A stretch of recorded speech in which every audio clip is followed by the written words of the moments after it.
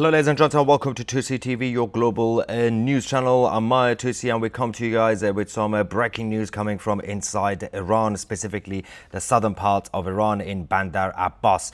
We're going to go through some details as we have received some information about multiple explosions near the port of Bandar Abbas. This is the Shahid Rajai port. There is a lot of speculations going on. We're going to show you some videos of what is actually happening. We have now confirmation that I believe at this point 406 people have been severely injured. We don't know the number of casualties exactly yet. We will wait for the Iranian regime to confirm that. Obviously, the Islamic Republic of Iran, the media, are downplaying this whole situation. First, we had the first explosion happening. We're going to show you some videos, and then some disturbing videos about people who are injured on the ground. And then we're going to talk about all the speculations that's happening as we speak. Let's go to the first clip, and then we're going to give you guys more info.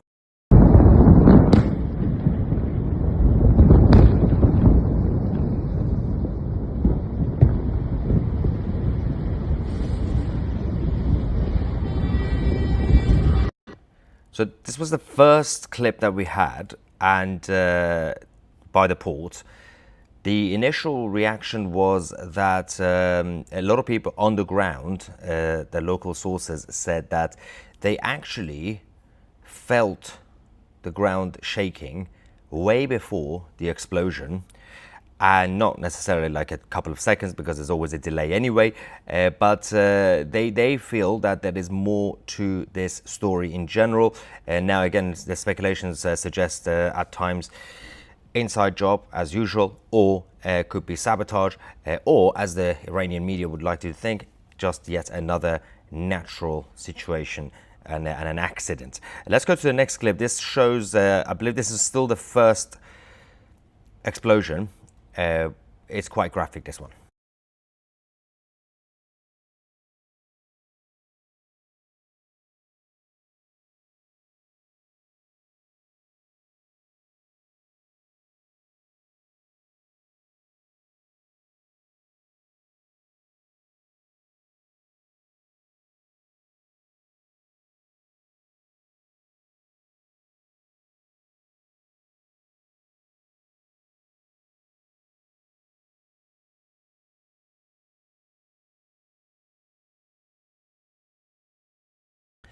Now, as you can see, the whole thing turned into a mushroom cloud, and it was not necessarily a small explosion. The second one was also major. There are a number of facilities in terms of the infrastructure in Bandar Abbas, which is in the southern part of Iran. You have the oil and gas sites. You have some underground sites and tunnels, which is quite concerning, and there are definitely some secret facilities as well. The Iranian media said that the oil and gas sites everything's fine. There is no issue with that, which doesn't really explain how this explosion, both explosions at least, looked like what happened in Beirut in Lebanon a few years ago. If you guys remember that massive warehouse with all the weaponry and everything else that exploded, a lot of people lost their lives, but the media is obviously telling something else.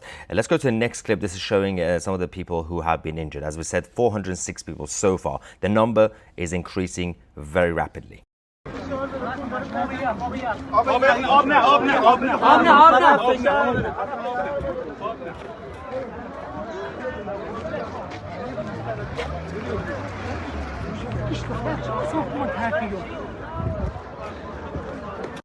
Now, it's also important to mention the way the media in the Islamic Republic of Iran operate. The first few minutes when people on the ground obviously had their phones, they posted on social media before it was actually even reported, the media immediately responded saying nothing happened. Then they said it was a car that randomly exploded. They didn't realize that the footage is going to come out very quickly. The footage came out and they said, oh yes, there was a petrol station that accidentally was set on fire. Then they changed their mind again. Then they said, yes, there was an accident at one of the gas sites, then that changed as well very quickly as the second explosion happened. So the media seem to be all over the place in Iran because they are getting dictated by the regime, by the supreme leader's office. That's why they don't know exactly what they're talking about, because they have to do damage control, reputation control, and they don't want. On the one hand, you can tell, for example, if this is an inside job, then they want to downplay themselves, but internationally they want it to be seen as chaotic, and this is happening as we speak at the same time as the negotiations between the Islamic Republic and the Trump administration. Let's go to the next video and then we're going to have some more information for you guys.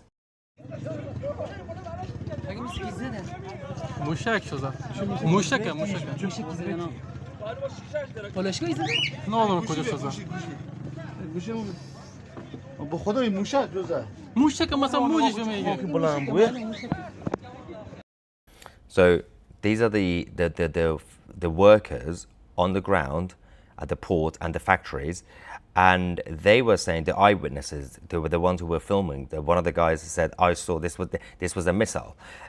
We don't really have any confirmation that whether this was a missile or whether this was internally, whether it was an inside job. But this is what he was saying, so I'm just reporting this. I can't really confirm his theory. Someone in the live chat said, "Is your dad okay?" This is in the south of Iran, in Bandar Abbas, and obviously he's in the north. Let's just double check because the port was obviously Shahid Raja'i, and they are saying there's a lot of chemical stuff there. There's obviously oil and gas. There's a secret, it's not necessarily that secret anymore, but the bunker and the underground sites. The fact that the mushroom cloud happened is quite concerning. The people who were saying that they were feeling the tremor and shake beforehand, I think some people were trying to suggest that this perhaps was some sort of test that went wrong or went right, we don't know, or whether this was sabotage by, I don't know, Mossad, for example. Usually they blame it on Mossad anyway. We don't know if this is part of the enemies of the IRGC doing something, or if this is the IRGC doing it themselves and pretending to be the victims. Let's go to the next video. انفجار سنگین همین الان خدمات همه ماشینا رو ترکوند همه ماشینا ترکید اینم ماشین ماست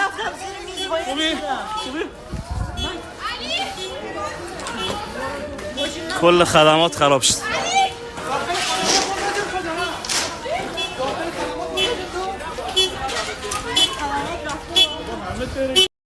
Yes, as we said, the number of the injured civilians is also increasing. Hundreds of cars have now been destroyed. I am waiting for one of my sources to give us some more intel on the ground. We have some more videos coming, some more images. These are disturbing images, just a quick heads up about what's actually been going on. Although one of the photos I'm going to show you, it's the most Iranian photo I've seen. There's this man who's injured, and he still has his cigarette in his hand because the priority is obviously to continue to smoking, right? Look at this guy. Oh my God. So that's yeah, that's, you know, it's keeping calm and carrying on, I guess. And obviously we have some more footage, images as well, like this one that is coming in as we speak. That is, I believe, the next video that we can, I believe, show you before we get more information. Again, we are not going to go with anything that's reported by the mainstream media in Iran because the state TV have been lying for the past half an hour or so. Let's go to the next one.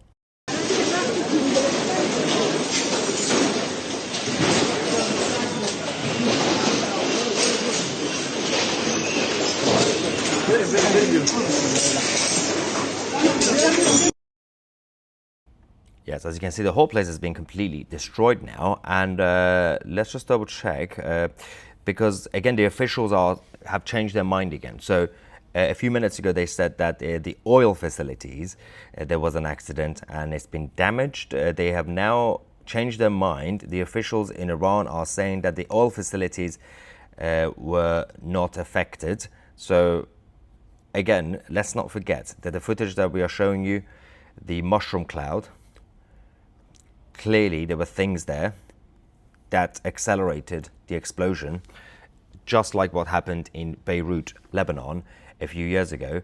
This is not as they initially reported, it wasn't just one car, it wasn't necessarily just one part of a tiny building. There is some more information actually coming in as well, which I'm going to get to in a second, but I think I can show you the next video while we're here. And I'm going to get your reaction, especially if you're watching this from Iran or actually the neighboring countries in the Persian Gulf, because obviously Bandar Abbas is very close to UAE and Qatar and all those other Persian Gulf countries. Let's go to the next clip. More injured people.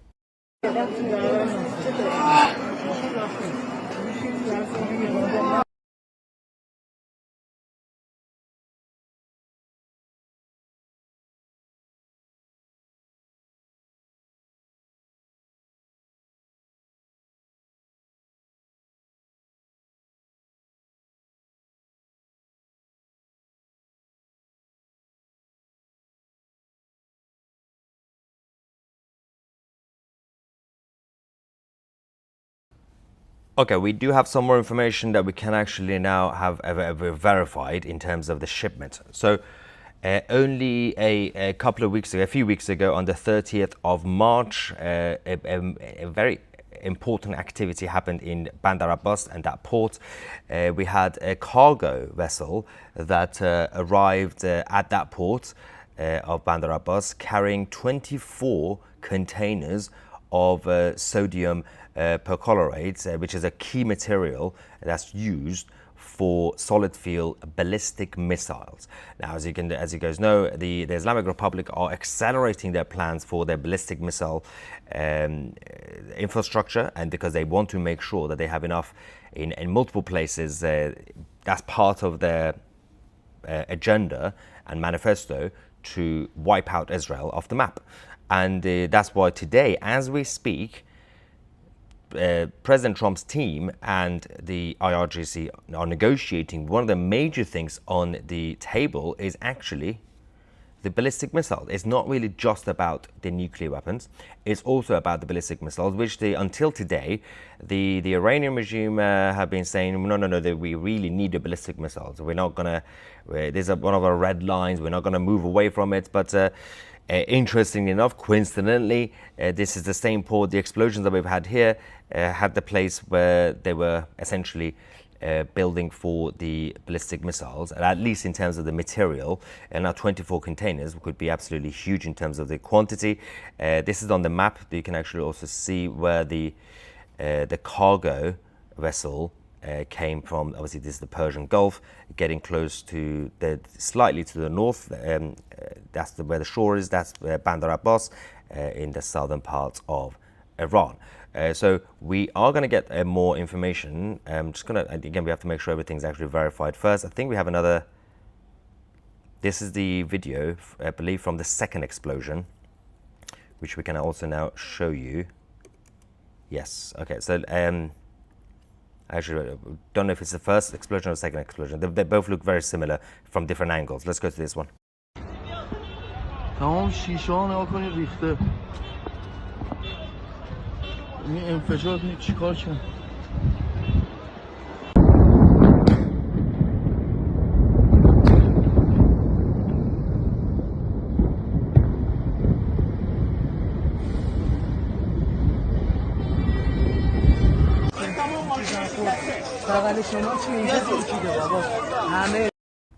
Now let's get some of these speculations and theories over with. So this happening on the same day as the technical negotiations between the two countries, Iran and the US. Okay, we get that. Considering that this was also the same place with oil and gas sites, with the bunker, with the underground sites, and the material for ballistic missiles, that's also interesting timing. But the ballistic missile program, considering that the Iranian regime are saying we need it because Mossad and Israel want to destroy us. That's what the Iranian regime say. So they say we need to have it to destroy Israel first. If this is an inside job, then it could, the Iranian regime think that they could use it saying, look, see, we're just minding our own business and our enemies, including the Jews, sabotage, okay? On the other hand, the other theory could be it could be an actual real sabotage. It could be Mossad. It could be anybody, right? It could be one of the militant groups, the revolutionaries in Iran against the regime. It could be anybody, right? And they might have done it to disrupt the negotiations, right? To cause chaos. Or again, it could go back to the first theory, which means that the Iranian regime would have thought this could cause disruption, so they would do it themselves. But false flag aside, we can't confirm that, but we also can't confirm that this was an outside job either. So for now, we have to go with the information that we're getting, as I've been reporting about what's been there, what's in that location, what's recently moved there, including the ballistic missile material, and obviously in terms of the number of people who have been injured and the damage to property and everything else. I'm trying to see, there is another quick video. This is actually, okay, so this is actually, thanks to Neil Berg confirming this, buildings that were over 100 meters away from the multiple explosions have now been completely damaged. So I'm going to show you this one actually. This is one of the buildings that I can't really tell what building it is, if it's in a commercial building, office or something or whatever. Let's quickly look at this one. This shows this building was not next to the explosion. This was away from it. وضعیت استاندار بعد از خونه بعد از بمب بود انفجار بود معلوم نیست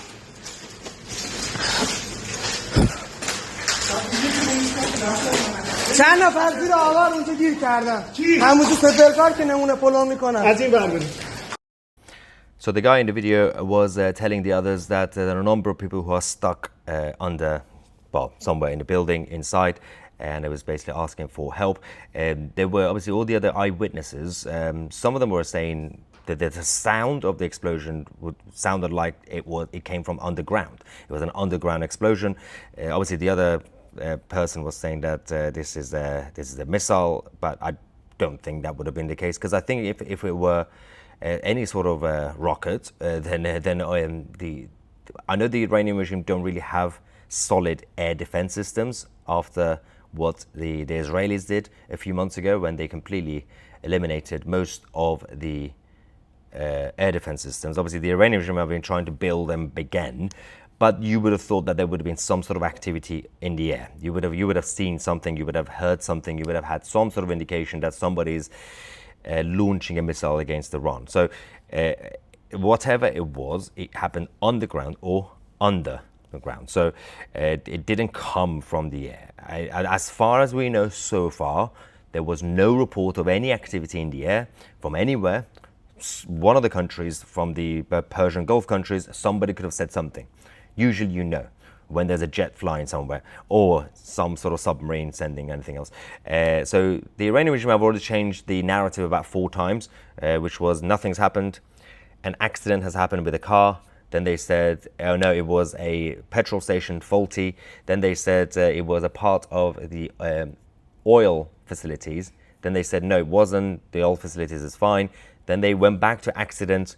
And now we are not getting any more statements, as far as I'm concerned, from the Iranian state TV or the IRGC on the ground, which is absolutely fascinating. I'm not really that surprised the way they have been operating their PR disasters. It reminds me of the situation with the former president of Iran a few months ago with the helicopter crash, where the Iranian regime changed their narrative about 50 times. That they said, no, he's alive, we just spoke to him, everything's fine. And then we found out he was dead already anyway. While we're here, while I'm waiting for some more information, let's get some reaction from you guys. First, super chat from Australia, thank you very much. Saying, you may have gone to the motherland now more than I have as an Australian Yiddish. But promise me you'll take me to find my Persian Jewish roots one day when you do a tour. Yes, sure. Thank you very much for that. Ivan says that this looks very sus. Yeah. I mean, this is why the first reaction would be inside job, right?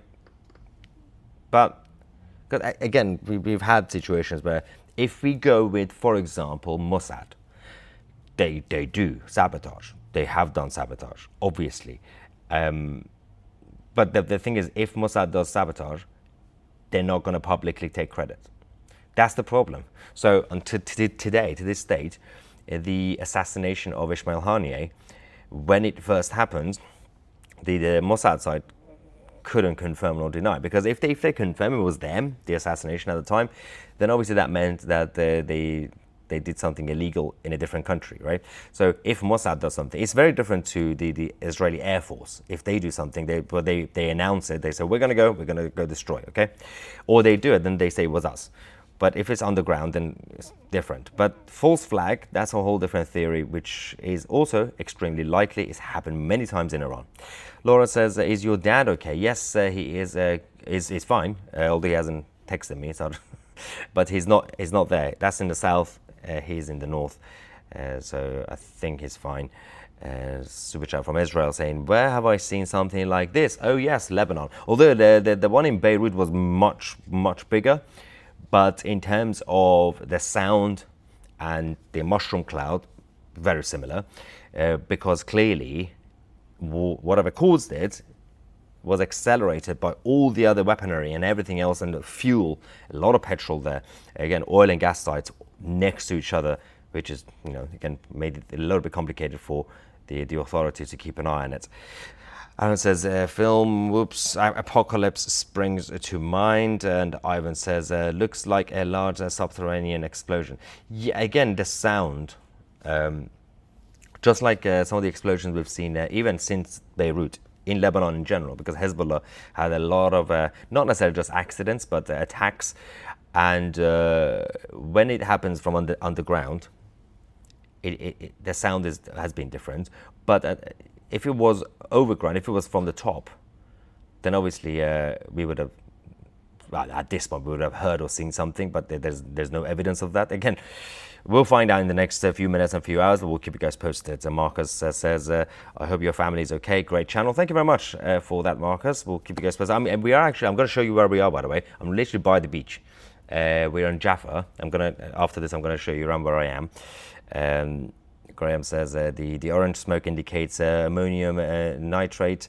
This is not used as a primary explosive by Western forces. Also, the blast wave will travel quicker through the ground than air. This is a ground explosion. That's a very good point, considering that we've had multiple buildings very, very far from the actual location of the explosion. That clearly means that the ground impact has expanded into the area. Let's quickly, while we're here, I'm going to show you exactly where I am. So for those who are familiar with Jaffa, obviously in the west, look where I am. Hopefully the internet is fine. So this is an auditorium, but we are in an exhibition. It's the Perez Center exhibition downstairs. One of the photographers, Ziv, who went to, on the 7th of October, when everybody was running away, he ran towards the south where Hamas were attacking, and he took a lot of pictures. So downstairs there's an exhibition, and obviously here we have the lovely beach over there. People are doing their things, and so I was just up here. We were in the middle of the exhibition, and when I heard this update, so I had to come up here, because what we tend to do, for those of you who are not familiar with this channel, unlike the mainstream media, we try to work fast, if I can, and the moment something happens, I have to get in touch with all our reporters, all our sources everywhere, and get everything ready, go live immediately, without any sort of waffly nonsense. So that's what we've done today. I hope this was informative. Let's just double check to see if there's any more new information from Iran. I think this is yet another... That's not a new video. Okay, I thought this was a new footage I can show you guys. Let's just quickly, there's another super chat from Dr. Zuland saying Iranian media says it was just a small car crash. Iranian media says the Jews nuked US, Iran. Iranian media says, for real now, it was an inside job. Thing is, the Iranian media would not confirm that it was an inside job, but it's still highly likely. Again, the concern is, if I can show you the first video again, I think the first one was quite telling. Watch this.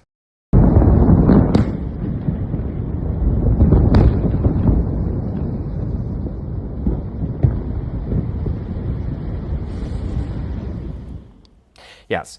So that's where we are with this. Obviously, we're going to keep you guys posted. Let's just double check. There's a comment. Rhonda says, 2C, I had joined 2C TV Plus a few months ago for a yearly membership I paid. I went on the site with my password to join. You live now. What? It's asking me to join again and pay again to join again. To join you live. So live streams are on YouTube. It's different to 2C TV Plus. 2C TV Plus, let me just show you. 2C TV Plus is our independent platform. It's on 2C.tv, not YouTube. Obviously, join us now. You get 20% off annual memberships if you use the promo code 800K. Go to 2C.tv. It's not for the live streams. The live streams are free for everybody here. 2C TV Plus gives you access to all the documentaries, uncensored shows, the original series, and interviews, and obviously the chat forum if you want to talk to me and like-minded people. That's on the website. So make sure because there's a join button on YouTube. That's not me. That's the Google join. That's on YouTube. That's not controlled by us. That's controlled by Google and YouTube. So double check with that. If you can't find your password, send me an email. We'll get one of the team to sort it out if you have a 2C Plus membership. Thank you so much for watching, ladies and gentlemen. We'll keep you guys posted. We're also going to come back shortly, talk about what's going on in the United Kingdom, because the Indians and the Pakistanis are clashing on the streets of London. Thank you so much for watching. I'm Maya 2C, and we are the media.